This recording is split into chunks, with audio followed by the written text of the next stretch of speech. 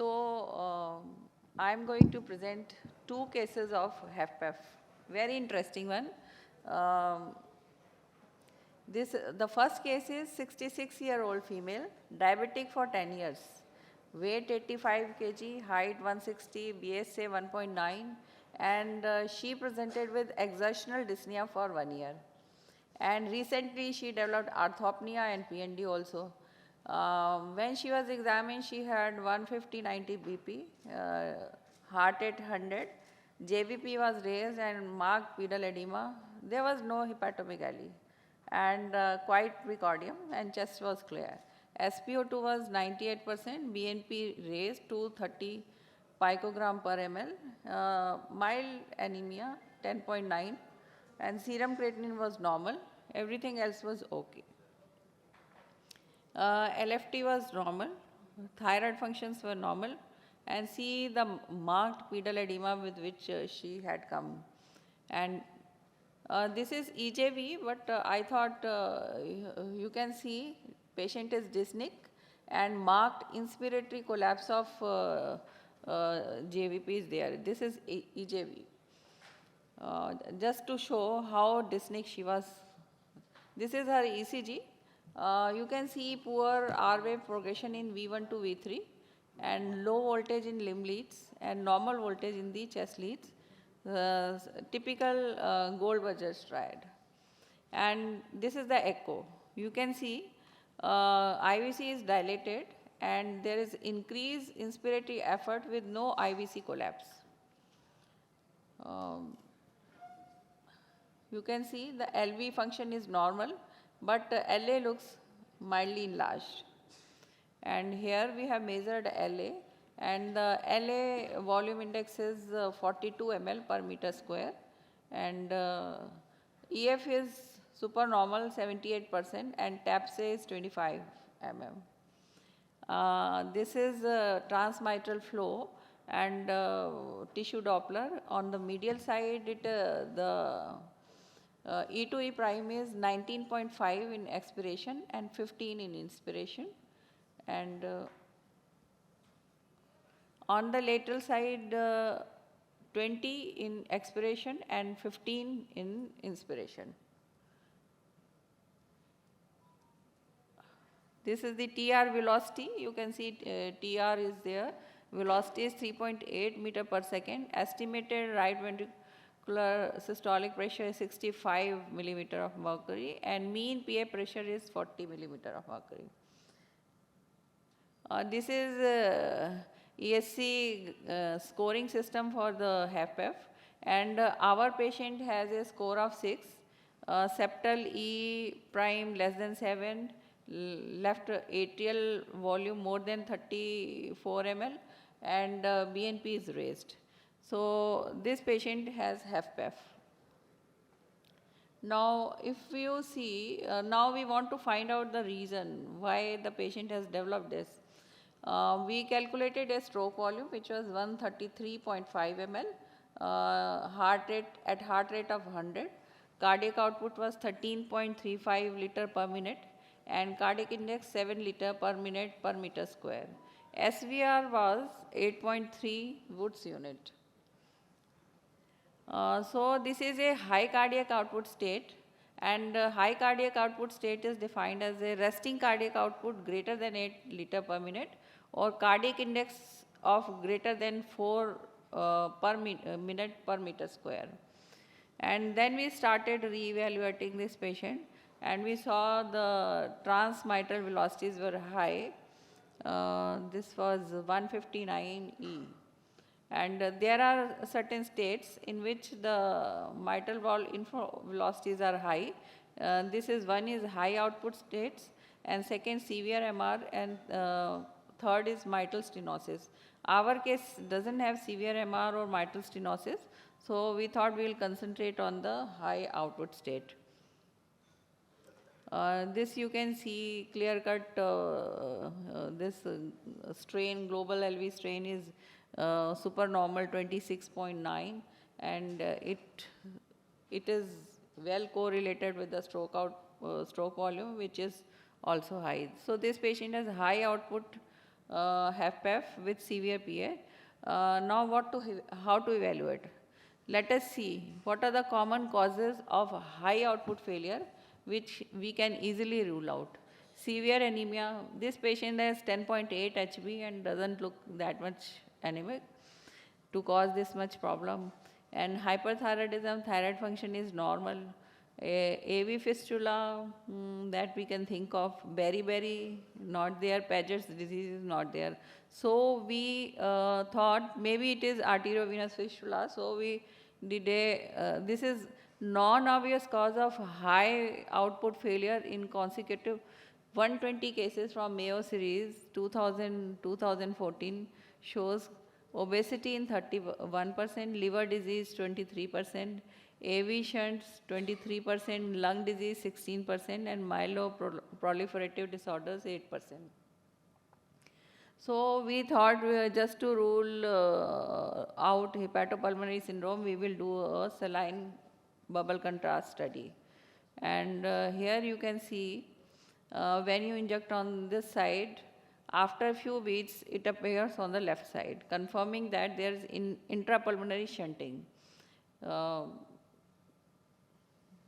This is another view to show this. Basically here it is when we give a bubble contrast, if it appears on the left side, normally it doesn't appear on the left side because the capillaries in lung are not, they don't allow this much big bubbles to pass through. But in case there is AV fistula there or vessels are dilated, then the bubbles line will reach on the left side. But if from first beat to third beat they appear on the left side, then we think of intracardiac shunting. And from fourth to sixth beat, if they appear, then we think of intrapulmonary shunting. So we started ruling out other causes why this has happened. So always look at the portal vein and its branches. Main portal vein is 22 millimeter here, and criteria for portal hypertension is more than 13 millimeter in size and velocity less than 16 centimeter per second. And so this patient has HFpEF with severe pH, high output failure, pulmonary AV fistula suggestive of hepatopulmonary syndrome, portal hypertension with CLD, and pH can be combined with type 1. Second case, can I present? Quick, just take 2 minutes. So this is another patient, 60 years male, presented with exertional dyspnea, no anemia, jaundice, sinuses or pedal edema, vital stable, hyperkinetic precordium, loud cardiac sounds, and SpO2 was 92%. You can see IVC is collapsing, LV function is okay, LA is again weak. And LV is slightly on the higher side, and AP diameter is of LA is 42 mm. Here you can see LV is 5.54, mildly large, and volume index, LA volume index is 39 ml per meter square. And you can again see this is transmitral flow and tissue velocity. E to E prime is 12.5 and medial E more than 7, suggestive of diastolic. E prime of 7 centimeter per second is suggestive of diastolic dysfunction. And this is on the lateral side, E prime is 9 centimeter, again suggestive of diastolic dysfunction, though E to E prime is 7. So this is RV tissue, and it is showing S wave more than 19 centimeter per second, suggestive of a high output state. And this is tissue, this is TR velocity, 2.8 meter per second, and it could be mild pH. Pressure 32 millimeter of mercury. So in this patient, stroke volume calculated was 95.2 ml, cardiac output 9 liter per minute. And this is the supernormal global LV strain, and the stroke volume with this calculation is very high. And then we did a bubble saline contrast in this patient also. You can see after third week, whole of the LV, LA, they are full of the bubble contrast. So this is also contrast for high output failure with saline bubble shows delayed right to left shunt, that is intrapulmonary shunt. And again we evaluated the portal vein. There was portal hypertension. You can see the velocities also. So this is high output HFpEF, hepatopulmonary syndrome, and portal hypertension. Should I leave here or? I think so. Yeah, we can have discussion because we can have 1 or 2 minutes. Congratulations, Dr. Shukla, for presenting this rather unusual high output kind of HFpEF, and both associated with CLD. Yes. And with the rising incidence of NAFLD in our population, I think we should be more aware of this kind of a situation. In fact, what other high output states with HFpEF have you come across apart from shunts? Severe anemia we have come across. Severe anemia and these hepatopulmonary syndrome in that area are very common. You know, both of these patients, later on we got the ultrasound The done and dialysis confirmed patients with AV fistula? Hanji? Patients on dialysis with AV fistula? But usually they don't get it done. We find out, you are right. In AV fistula, which is made for this kidney function dialysis. The other HFpEF we have seen with high output recently is patients of multiple myeloma. Multiple myeloma has actually yes, multiple myeloma also. medullary AV fistulization because of excessive production, and they produce out. So we actually had a chance to look at a very senior physician, and we could not explain HFpEF in this gentleman. And so he's presenting with typical heart failure. Everything else is all right, HFpEF. So within a week of diagnosis, the investigation showed that he had multiple myeloma. Now then when we went through the literature, Mayo Clinic, 8% of all cases of high output HFpEF have what is called as myeloproliferative disorders. Yeah.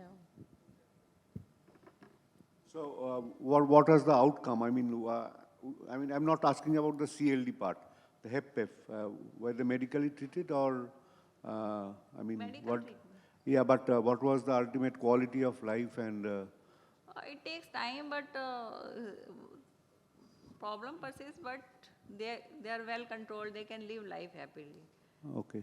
But you know, the HFpEF part is not that much bothersome.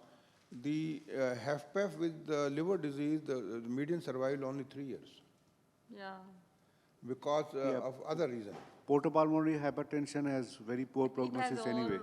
So this Mayo series actually said that the best survival is people who have actually obesity and HFpEF, and the worst survival is those who have liver disease and HFpEF.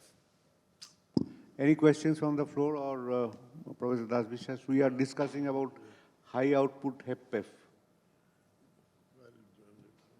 Any questions or otherwise we'll move on to the next speaker. So please call the second speaker.